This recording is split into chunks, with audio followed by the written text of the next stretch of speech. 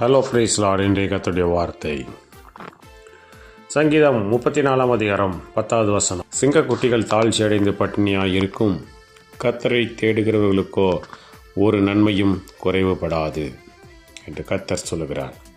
பிரியமானவர்களே, உலகத்தில் இருக்கிற சிங்கங்கள் தங்கள குட்டிகளை பட்டினி போடாது என்று பார்க்கிறோம்.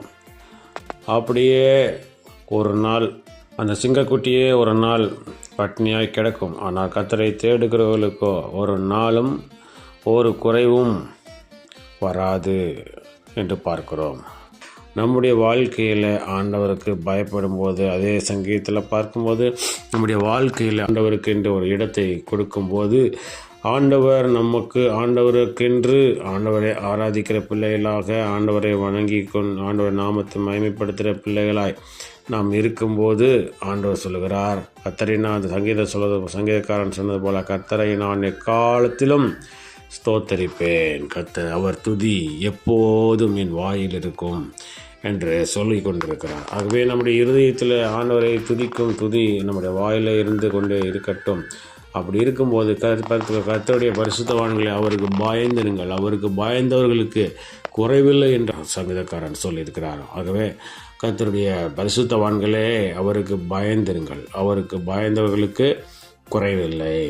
பயந்திருங்கள் என்று சொல்லும்போது ஆண்டவருடைய கற்பனைகளுக்கு கட்டளைகளுக்கு கீழ்ப்படிந்திருங்கள். அவர் நம்முடைய தகப்பனாக இருக்கிறார். அது மாத்திரமல்ல, நம்முடைய ஒவ்வொரு குடும்பத்தில் உள்ள ஒவ்வொரு தகப்பன்மார்களும் நம்மிடத்திலே பிள்ளைகளிடத்திலே எதிர்பார்ப்பது ஒரு நல்ல ஒரு ஒழுக்கத்தை எதிர்பார்ப்பார்கள். அதே போல தான் நம்முடைய ஆண்டவர் நம்மத்திலே நம்மோடு கூட வாசம் பண்ணுகிற தேவ ஆவியானவர் நமக்குள்ளே ஒழுக்கத்தை எதிர்பார்க்கிறார். அந்த ஒழுக்கத்தை எதன் மூலமாக அறிந்து கொள்ள முடியும்? ஆண்டவருடைய கட்டளைகள் மூலமாக, கற்பனைகளின் மூலமாக. அந்த என்னென்ன ஒழுக்கங்கள் இருக்கிறது, என்னென்ன ஆண்டவரை எப்படியெல்லாம் நாம் பரிசுத்தமாய் வாழ வேண்டும் என்பதை ஆண்டவர் தன்னுடைய வேதகமத்திலே எழுதி வைத்திருக்கிறார். ஆகவே அதை படிக்கிறது மாத்திரமல்ல, அதை கை கொள்ள வேண்டும் என்று ஆண்டவர் கேட்கிறது மாத்திரமல்ல, அதை கை கொள்ள வேண்டும், அதை கடைபிடிக்க வேண்டும், நம்முடைய வாழ்க்கையில் அதை அபியாசப்படுத்த வேண்டும் என்று ஆண்டவர் விரும்புகிறார். ஆகவே நாம் அவருடைய கற்பனைகளும் கட்டளைகளும் பாரமானவைகள் அல்ல, அவைகள் நம்முடைய வாழ்க்கைக்கு ஏற்றவைகள். அவைகள் எல்லாம் நம்முடைய வாழ்க்கையை மெருகேற்றக்கூடியவைகள், பரிசுத்தமாக்கக்கூடியவைகள், நமக்கு ஆண்டவருடைய ஆசீர்வாதத்தை பெற்றுக்கொள்ளக்கூடிய வழி வாசலாய் இருக்கிறது.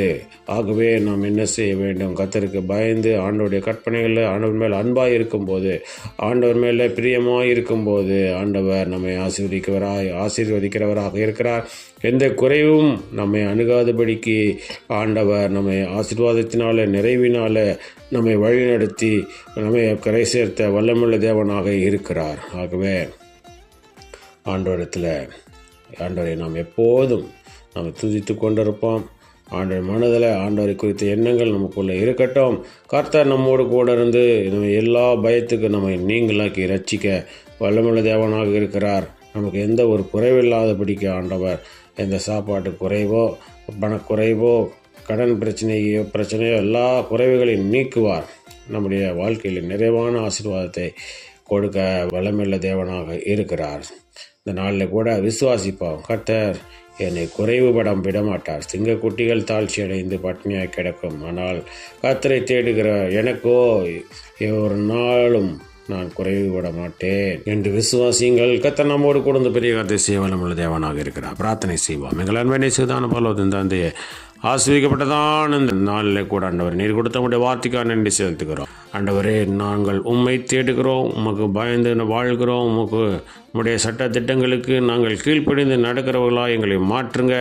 ஆண்டவரே ஸ்தோத்திரம். இந்த நாளில் கூட ஆண்டவரே, எங்களுக்கு எல்லாம் இருக்கிறதான ஒவ்வொரு பிள்ளைகளுடைய வாழ்க்கையில் இருக்கிற எல்லா குறைவுகளையெல்லாம் நீக்கி போடுங்க ராஜா. எங்கள் வாழ்க்கையில், எங்கள் குடும்பத்தில், எங்கள் சரீரத்தில், ஆவி ஆத்மா சரீரத்தில் இருக்கிற எல்லா விதமான பலவீனங்களையும் மாற்றி போடுங்கள. எந்த குறைவு இருந்தாலும் மாற்றி அவர் நிறைவான ஆவியானவர் எங்களுக்குள்ளே வந்து நிறைவை கட்டளையிடுவீராக. எல்லா பலவீனத்தை, சமாதான குறைவுகளை மாற்றி போடுங்க. சந்தோஷ குறைவுகள், ஆசீர்வாத குறைவுகள், ஆண்டவரே சோத்திரம் பொருளாதார குறைவுகள், ஆண்டவரே எல்லா வறட்சிகளெல்லாம் எடுத்து போடுவீராக.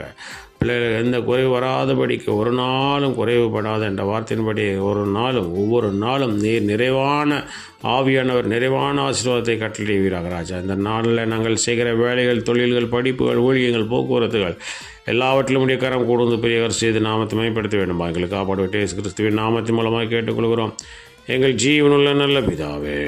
ஆமென், ஆமென்.